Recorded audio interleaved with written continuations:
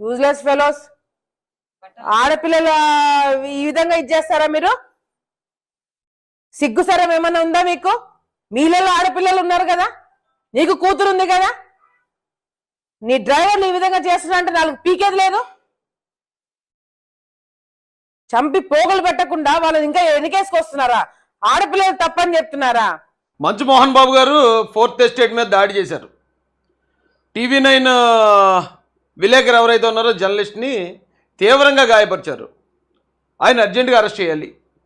Press మీద దాడి చేస్తారా, మీడియా మీదే దాడి చేస్తారా అంటూ చాలామంది చాలా రకాలుగా మాట్లాడటం మనం వింటున్నామండి. అయితే నిజానికి ఆయన అంత దారుణంగా దాడి చేయటం చూసిన ప్రతి ఒక్కరూ కూడా బాధ కలిగించింది. అవతల దాడికి గురైన వ్యక్తి ఒక సాధారణ ఉద్యోగి. ఆ ఉద్యోగి మీద అంత కఠినంగా దాడి చేయడంతో చాలా గట్టిగా దెబ్బతగిలిందట.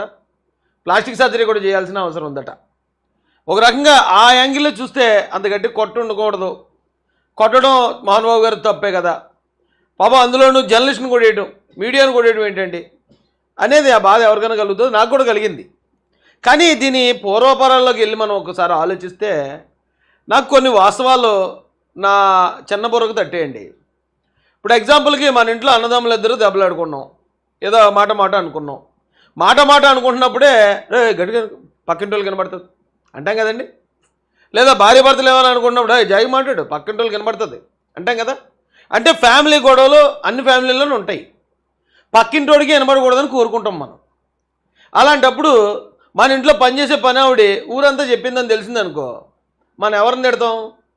మనం గొడవ పెట్టుకున్న తమ్ముడు అన్నో తిట్టాం, మన భార్యను తిట్టాం. ఎవరిని తిడతాం?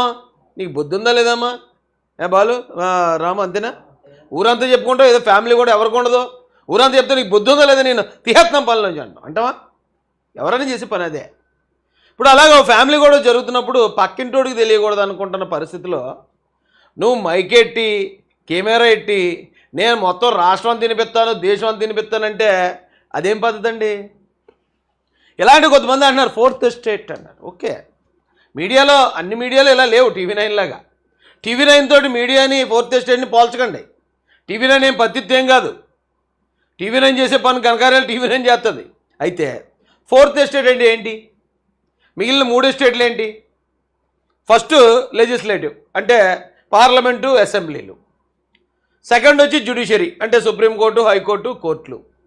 మూడోది ఏమో ఎగ్జిక్యూటివ్ అంటే ఈ IASలు, IPSలు, ఈ ఎగ్జిక్యూటివ్ ఆఫీసర్లు. 4th estate press. ప్రెస్ని వేటితో పోల్చారండి? ఇప్పుడు పార్లమెంటు, అసెంబ్లీ ఇలా ఇళ్లలోకి వెళ్ళి అన్నదమ్ముల మధ్య గొడవ, తండ్రి కొడుకుల మధ్య గొడవలో పార్లమెంట్, అసెంబ్లీ బొర్రెడుతుందా? లేదా సెకండరీ వచ్చి జ్యుడిషియరీ. ఆ కోర్టులు ఏవైతే ఉన్నాయో, సుప్రీంకోర్టు చీఫ్ జస్టిస్ కారులో వెళ్తున్నాడు అనుకోండి, ఎవరైనా తండ్రి కొడుకు గొడవ పడుతున్నారు అనుకో, అర్జెంటు కారు ఆఫీస్ వెళ్ళిపోయి వాళ్ళిద్దరు నేను శిక్షించేస్తున్నాను రా, నేను ఇలా చేస్తున్నాను అని ఇన్వాల్వ్ అవుతాడా? ఎప్పుడు ఇన్వాల్వ్ అవుతాడైనా? వీళ్ళు ప్రాపర్గా పోలీస్ కేసు పెట్టాలి, పోలీస్ కేసు కోర్టుకి వెళ్ళాలి, అప్పుడు వాద ప్రతివాదాలు విన్న తర్వాత అప్పుడు జ్యుడిషియరీ యాక్షన్ తీసుకుంటుంది. ఫ్యామిలీ గొడవలో కూడా. ఇక ఎగ్జిక్యూటివ్లు అనుకుంటే మన IAS ఆఫీసర్లు, IPS ఆఫీసర్లు ఇలా ఫ్యామిలీ గొడవలోకి ఇన్వాల్వ్ అవుతారా? వాళ్ళు ఎవరు? ఆ 3 ఎస్టేట్లు ఇన్వాల్వ్ అవునప్పుడు 4th ఎస్టేట్ మాత్రం ఎందుకు ఇలాంటి ఫ్యామిలీ గొడవలకు దూరుతుంది? అక్కడ ఏం జరిగిందండి? వాస్తవం ఏం జరిగింది ఇంతకీ? ఇప్పుడు మనం బ్రీఫ్గా చెప్పే ప్రయత్నం చేస్తాను. మోహన్ బాబు గారికి 2 కొడుకులు, కూతురు. మనం ఎప్పుడు చూసినా సరే ఆ ఫ్యామిలీని చాలామంది ట్రోల్ చేస్తూ ఉంటారు. నేనైతే ఎప్పుడు చేయలేదు, కానీ ఎప్పుడు ట్రోల్ చేస్తారు. ఎందుకు ట్రోల్ చేస్తారు? వాళ్ళందరూ కమిట్మెంట్తో ఉంటారు. విష్ణు మాటలో చూడండి, మా నాన్నకన్నా గొప్పడా, మా నాన్నే గొప్పడా అంటాడు. అదే మోహన్ బాబు గారి మాటలో మా విష్ణు కన్నా గొప్ప యాక్టరా, మా విష్ణు ఇలాగా, మా మనోజ్ అలాగా, మా లక్ష్మీ ప్రసన్న ఇలాగా. లక్ష్మీ ప్రసన్న కదా ఆవిడ పేరు. ఏం పేరండి? లక్ష్మీ ప్రసన్న, మంచు లక్ష్మి.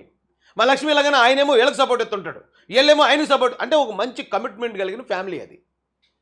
ఒకరంటే ఒకరికి ఎంతో అభిప్రాయం, ఏది ప్రేమాభిమానాలు కలిగిన కుటుంబం అది. అలాంటి కుటుంబంలో సడన్గా మనోజ్ గారు తల్లిదండ్రులకు ఇష్టం లేని పెళ్లి చేసుకున్నాడు. మేము చెప్పిన అమ్మాయి నువ్వు చేసుకోకుండా నీకు ఇష్టం, మాకు ఇష్టం లేని పెళ్లి చేసుకున్నావు కాబట్టి నువ్వు మా ఇంట్లోకి రాగరైనా ఆయన ఏదో కోపంలో మాట అన్నాడు. ఓ మాట అంటే మనోజ్కి మా నాన్న నన్ను ఎందుకు ఆపుతాడు, మా నాన్న ఆపినా కుదరదు, నేను వెళ్ళి గేట్ దోసుకున్నాను ఇంట్లో పోతానని గొడవకు వచ్చాడు. రావద్దని చెప్పే హక్కు మోహన్ బాబు గారికి ఉంది. మా నాన్న రావద్దని నేను వెళ్తానని చెప్పే హక్కు మనోజ్కి ఉంది. అక్కడ దాకుంటే సరిపోయింది అది. కానీ దాంట్లోకి మనం మైకులు అట్టుకుని కెమెరాలు అట్టుకుని వెళ్ళిపోకూడదు.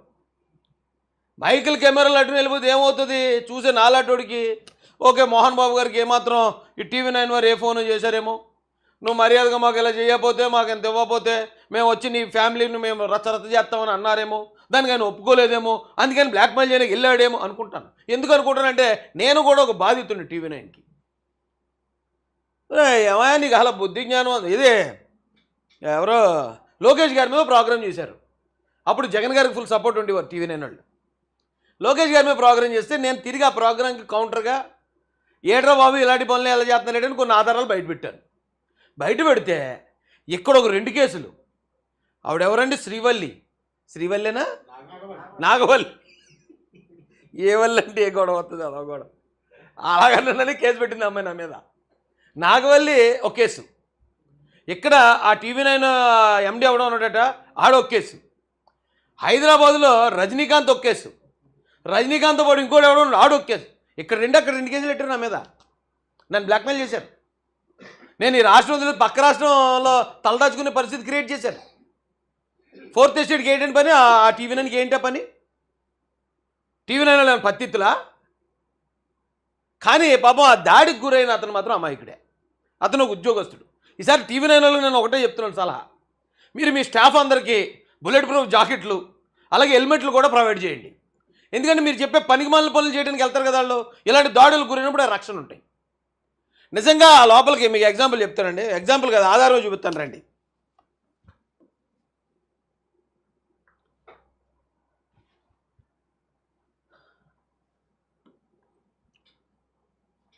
ఇందులో ఆయన అటాక్ చేసింది వీడియో ఉంది చూడండి.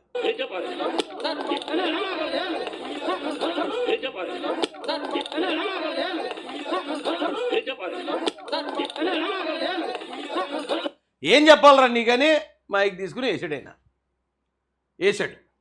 అయితే ఇప్పుడు నేను ఇందాక చెప్పాను కదా, ఫ్యామిలీలో ఏదో గొడవ వచ్చింది. కొడుకు ఏదో ఇంటి ముందుకు వచ్చి గొడవ పెడుతున్నాడు. పైగా వాళ్ళ నాన్నని ఎదిరించాలంటే కొంచెం ధైర్యం కావాలి కాబట్టి మనోజ్ గారు ఏమాత్రం ఒక 4-5 పెగ్గలు వేసి ఉంటాడు. ఆ వేసిన పెగ్గల దీని మీద తిమ్మిరి మీద వచ్చాడు ఇంటికి. ఇంటికి వచ్చినప్పుడు ఆ తండ్రి పరిస్థితి ఎలా ఉంటుందండి? ఆ తండ్రి మామూలుగానే ఏంటి ఫ్యామిలీ పరువు ఎలా పోతుంది, ఈడేంటి నేను చెప్పిన పని చేయకుండా నచ్చని పెళ్లి చేసుకున్నదే కాకుండా మళ్ళీ ఇలాగా తిరగబడుతున్నాడు అని ఆందోళనలో ఉంటాడు. ఆయన వయసు, ఆయన ఆల్రెడీ ఆల్మోస్ట్ సీనియర్ సిటిజన్. ఆ వయసులో ఆయనకు ఖచ్చితంగా బీపీలు షుగర్లు ఇలాంటివి ఏమన్నా ఉండొచ్చు. బీపీ గ్యారంటీగా ఉంటుంది. ఆ కోపంలో ఉద్రేకంలో ఉన్నాడు ఆయన. ఉద్రేకంలో ఉన్న సమయంలో అలాంటి ఒక పెద్ద ఆయన దగ్గరికి వెళ్ళి ఆయన రెచ్చగొట్టి ఆ జరుగుతున్న రచ్చ చాలదన్నట్టు ఈ మైకులు వీడియోలు పెట్టేసి అది మొత్తం ప్రపంచవ్యాప్తంగా ఇంటి పరువు తీసేస్తా. అలా ఉంటే కోపం రాదా? కోపం రాదండి? మీకు రాదా? పోనీ కొట్టాడు. అయితే నేను ఇక్కడ ఏం చెప్తున్నానంటే, ఇది ఎలా స్టార్ట్ అయిందండి అసలు? ఆయన మామూలు రావటం మర్యాదగా నమస్కారం పెట్టుకుంటూ వస్తున్నాడు. చాలా మర్యాదగా నమస్కారం పెట్టుకుంటూ వస్తున్నాడు. అదిగో అందరికి నమస్కారం పెట్టుకుంటూ వచ్చాడు. లాగాడు, వేసాడు. అంటే అదే కదా సీన్. అక్కడ ఏం చేశాడు? ఇక్కడే మీరు ఇంకో పాయింట్ కూడా గమనించాలి. ఇక్కడ ఈయన మర్యాదగా నమస్కారం పెట్టుకుంటూ వస్తున్నప్పుడు ఈ గొడవ అంతటికి కారణం ఎవరు? మనోజే కదా. మనోజ్ ఇటుకే కొన్నాడు. ఆయన వచ్చి రావడంతో మనోజ్ మీద చేయి చేసుకోలేదు. ఏట్రా ఈ రచ్చేట్రా, నువ్వు నా కొడుకు పోయి ఉండి నా పరువు తెస్తున్నాడు అని చెప్పి అతన్ని ఏం అనలేదు. ఎవరిని కొట్టాడు? నేను ఇందాక ఏం చెప్పాను? మన ఇంట్లో వాదన పడుతున్నప్పుడు మన ఇంట్లో పనిచేసే అమ్మాయి పక్కింటికి చెప్పిందంటే కోపం వచ్చి మనం ఎవరిని తిడతాం? పక్కింటికి వెళ్తేనే పరువు తక్కువగా ఫీల్ అవుతారండి. ప్రతి ఇంట్లోనూ తండ్రి కొడుకుల మధ్య, అన్నదమ్ముల మధ్య, భార్య భర్తల మధ్య ఇలాంటివి జరుగుతుంటాయి. దాన్ని పెంట చేయకూడదు. 4th ఎస్టేట్ అంటే 4th ఎస్టేట్లో ఉండాలి.